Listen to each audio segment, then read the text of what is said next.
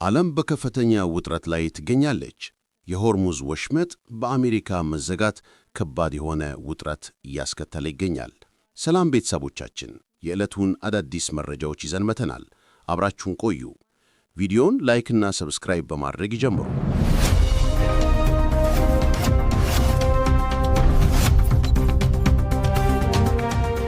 ዓለም በከፍተኛ ውጥረት ላይ ትገኛለች። የሆርሙዝ ወሽመጥ በአሜሪካ መዘጋት ከባድ የሆነ ውጥረት እያስከተለ ይገኛል። ይህንን ተከትሎ የአሜሪካው ፕሬዚዳንት ዶናልድ ጄ ትራምፕ ዛሬ ሌሊቱን በሰጡት መግለጫ እንዳሉት ከሆነ በቀጣዮቹ 2 ቀናት የሆነ ነገር ሊፈጠር ይችላል ብለዋል። አክለውም ሲናገሩ ከኢራን ጋር በእስላማባድ ፓኪስታን በድጋሚ ለንግግር እንቀመጣለን። የአሜሪካው ፕሬዚዳንት ዶናልድ ጄ ትራምፕ በሚቀጥሉት 2 ቀናት ውስጥ የሆነ ነገር ሊከሰት ይችላል ሲሉም አነጋጋሪና አወዛጋቢ ጋዜጣዊ መግለጫ ሰጡ።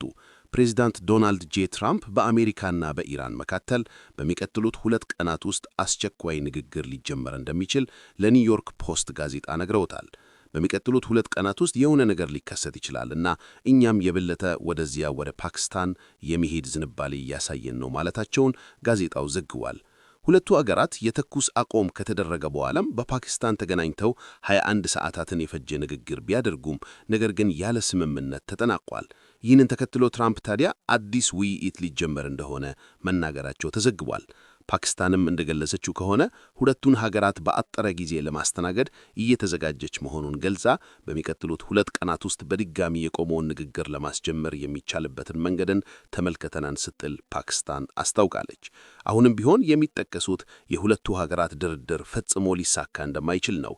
ሁለቱም ሀገራት የራሳቸውን የሚያቀርቧቸው ምክንያቶች ጽንፍና ጽንፍ የያዙ እጅግ በጣም የተራራቁ በመሆናቸው ለድርድር የማይመቹና ጦርነቱ ድጋሚ የሚጀመርበት መንገድ በእጅጉ ያየለ እንደሆነ ተገልጿል። ይህንን አስመልክቶ ኢራን ከመሬት በታች ያሉ የሚሳኤል ማምረቻዎቿን መግቢያና መውጫዎቿን እያጸዳች መሆኑን የእሳተ ሳተላይት ምስሎች አጋልጠዋል።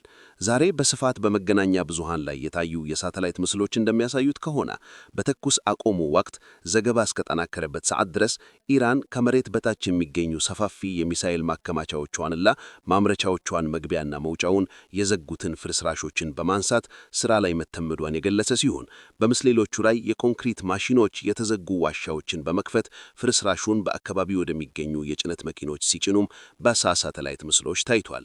የመገናኛ ብዙሃን የምርመራ ዘገባዎች እንዳጋለጡት ከሆነ አሜሪካና እስራኤል የኢራንን የሚሳኤል ማስወንጨፊያዎቿ ወደ ውጭ ወጥተው እንዳይተኮሱ ወይም ተመልሰው እንዳይገቡ ዋሻዎቹን በፈንጂ ሲደበድቡ ቆይተዋል።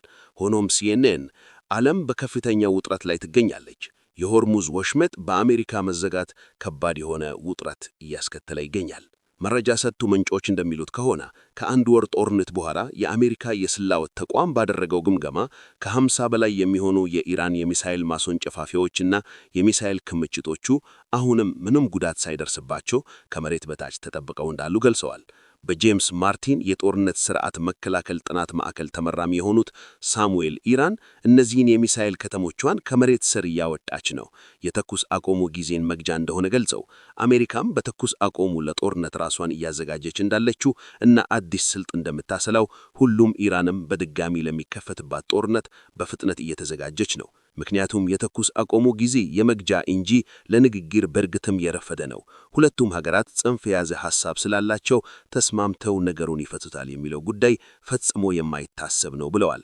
የተኩስ አቁም ሲኖር ጠላትህን አንተን ለማጥፋት ብዙ ጊዜ ጥረትና ገንዘብ ያፈሰስክበት ወታደራዊ አቅምን መልሶ ሊገነባ እንደሚችል መቀበል አለብን።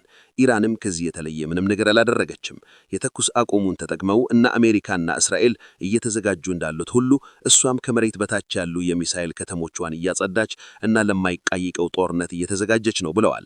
አክለውም ይህ የኢራንን የሚሳኤል ከተሞች የአሰራር ጽንሰ ሐሳብ አካል ነው። እርሶም የመጀመሪያውን ጥቃት ተቀበል፣ ራስህን ከፍርስ አውጣ፣ እንዲሁም እንደገና ተደራጅተህ ተኩስ የሚለው የኢራን ስልታዊ ስትራቴጂካዊ አካሄድ ነው ሲሉ አብራርተዋል። በሌላ በኩል የአሜሪካው ፕሬዚዳንት ዶናልድ ጄ ትራምፕ በሰጡት ቀጭን ትዕዛዝ መሰረት የአሜሪካ ከጦር የሆርሙዝን መተላለፊያ መዝጋቱ ይታወቃል። የአሜሪካ የባህር ላይ እገዳ ታዲያ የዓለም ሀገራትን አቋም ለሁለት የከፈልና ከፍተኛ የዲፕሎማሲ ውጥረት የፈጠረ ክስተት ሆኗል። ፕሬዚዳንት ትራምፕ አሜሪካ ትልቅ የነዳጅ አምራች በመሆኗ ምክንያት ከነዳጅ ሽያጭ ተጨማሪ ጥቅም እንደምታገኝና የሆርሙዝ ባሕረ ሰላጤ ክፍት መሆን እንደ ቻይና ሁሉ ለእርሷ ያን ያህል እንደማያሳማት ተናግረዋል። የሆርሙዝ መሰጋት ከኛ ይልቅ ቻይናንና ኢራንን የበለጠ የጎዳ ያሉት ትራምፕ ወሽመጡን የዘጋ ነውም ለዚሁ ነው ብለዋል። ይሁን እንጂ ቻይና የአሜሪካን እገዳ አጥብቃ ያወገዘች ሲሆን ከኢራን ጋር ያላትን የኢነርጂ ትብብርም ለመቀጠል ያላትን ቁርጠኝነት ቻይና ለአሜሪካ በግልጽ አሳውቃለች ተብሏል። የቻይና መከላከያ ሚኒስቴር ዶንግጁን በሰጡት መግለጫም የቻይና መርከቦች በሆርሙዝ ባሕረ ሰላጤ ውሃ ውስጥ እየገቡና እየወጡ ነው ሲሉ ሌሊቱን አስጠነቅቀው ከኢራን ጋር የንግድና የኢነርጂ ስምምነቶች አንዱን እኛ እነርሱን እናከብራለን፣ ሌሎች በጉዳያችን ጣልቃ እንዳይገቡ እንጠብቃለን፣ የቻይና መርከቦችም ላይ ጥቃት እንዳይሰነዘር በተደጋጋሚ ለአሜሪካ ማሳሰቢያ እየሰጠን ነው ብለዋል። ኢራን የሆርሙዝ ባሕረ ሰላጤን ትቆጣጠራለች፣ የሆርሙዝ ወሽመጥም ለኛ ለቻይናውያን ክፍት ነው ስትል ነው ቻይና ያስታወቀችው። ቻይና መርከቦቿን ለመጠበቅ ስትል የህልውና ጉዳይ መሆኑን ገልጻ በዛሬው ዕለት ወደ ተግባር የገባች ሲሆን ከዛሬ ሌሊት ጀምሮ በሆርሙዝ አካባቢ የሚዘዋወሩ የቻይና ማናቸውም የንግድ መርከቦች በሙሉ በቻይና የባህር ኃይል የጦር መርከቦች እየታጀቡ ነው የሚሄዱት። በንግድ መርከቦቹ ላይ ለሚሰነዘር ማናቸውም ጥቃትም የቻይና የጦር መርከቦች አስፈላጊውንና ተመጣጣኝ ምላሽ ይሰጣሉ ብሏል። ቻይና የነዳጅ መርከቦቿን በጦር ኃይሏ ለማስጠበቅ የሚያስችል አቅሟን በግል የገለጸች ሲሆን ይህንንም ከዛሬ ሌሊት ጀምሮ ተግባራዊ ታደርገዋለችም ብላለች። ታዋቂው የፖለቲካ ተንታኝ ካርል ፓርልጃም ለሩሲያ ቱዴይ ኒውስ ሲናገሩ አሜሪካ ከኢራን ጋር እንኳን ጦርነት መቋቋም አቅቷት ከቻይና ጋር ጦርነት መጀመር ካልፈለገች በስተቀር ምርጫው የነሱ ነው። የዶናልድ ጄ ትራምፕ አስተዳደር እንኳን ይህንን ያክል የሞኝ ውሳኔ ያሳልፋል ብዬ አላስብም። ትራምፕ ሁሉን ነገር አርቀው ነው የሚያስቡት። ከቻይና ጋር የንግድ ጦርነት ያስቡ እንደሆነ ነው እንጂ የምድር ላይ ውጊያ ይከፍታሉ ብለን አናስብም። ለዚህም የአሜሪካ የጦር መርከቦች የቻይናን ንግድ መርከቦች ያጠቁል ብለን አናስብም ብለዋል። በዚህ እንዳለ አውሮፓ ህብረት ለሁለት ተከፍሏል።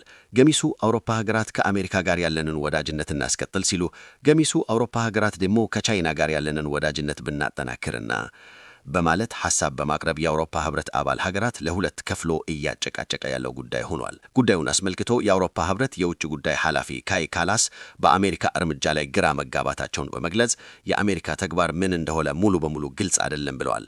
አክለውም የአውሮፓ ህብረት አባል ሀገራት አሁን ለሁለት ተከፍለው ጉዳዩ ያወዛገባቸው ሲሆን የአውሮፓ ህብረት ሁሉም ሀገራት የሚፈልጉት የጋራ አንድ ነገር ቢኖርም ሙሉ በሙሉ ከጦርነቱ በፊት እንደነበረው ሁሉ የሆርሙዝ ወሽመጥ ለአውሮፓ ሀገራትም ክፍት እንዲሆን ነው ብለዋል።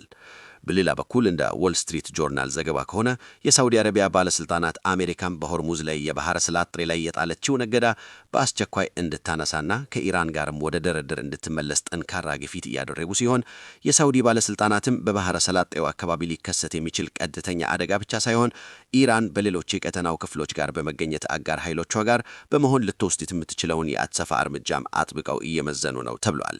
ሳውዲ አረቢያ ኢራን በየመን ያሉትን የሐውቲ ኃይሎችን በመጠቀም በቀይ ባህር ላይ የሚገኘውንና ለዓለም ንግድ እጅግ በጣም ወሳኝ የሆነውን የባብል መንደብ ባሕረ ሰላጤን ስጋት ውስጥ ልትከት ትችላለች የሚል ከፍተኛ ፍርሃት አላት።